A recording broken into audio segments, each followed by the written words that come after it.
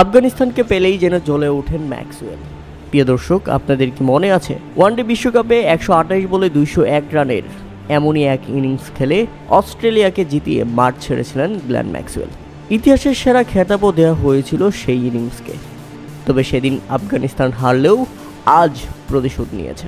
আজকের ম্যাচেও জ্বলে উঠেছিল ম্যাক্সওয়েল। তবে নাবিম উল হক, গুলবাদিন নাইবদের কাছে শেষ পর্যন্ত অসহায় আত্মসমর্পণ করতে হয়েছে ডেভিড ওয়ার্নারদের। সেদিন আফগানিস্তান হারলেও আজকে আফগানিস্তান অস্ট্রেলিয়াকে হারিয়ে দিয়েছে 21 রানের বড় ব্যবধানে। উল্লেখ্য যে প্রথমে ব্যাটিং করতে নেমে নির্ধারিত 20 ওভারে 6 উইকেট হারিয়ে 148 রানের লক্ষ্যদার করায় আফগানিস্তান। দলের হয়ে সর্বোচ্চ 49 বলে 60 রান করেন রহমানুল্লাহ গুরবাজ এবং 48 বলে 51 রান করেন ইব্রাহিম জাফরান। আর জবাব দিতে নেমে শুরুটা মোটেও ভালো হয়নি অস্ট্রেলিয়ার। ট্রেভিস হেড ডাক মেরেই ফিরে গেছেন। ডেভিড ওয়ার্নার করেছেন কেবল 3 রান। সেই দিকে কেবল ধরেছিলেন গ্লেন ম্যাক্সওয়েল, তবে করতে পেরেছেন 41 বলে 59 রান। এরপর আর বলার মতো কেউই উইকেটে টিকে থাকতে পারেনি। তাই তো শেষ পর্যন্ত 4 বল বাকি থাকতেই 127 রানে অল আউট হয়ে যায় অস্ট্রেলিয়া।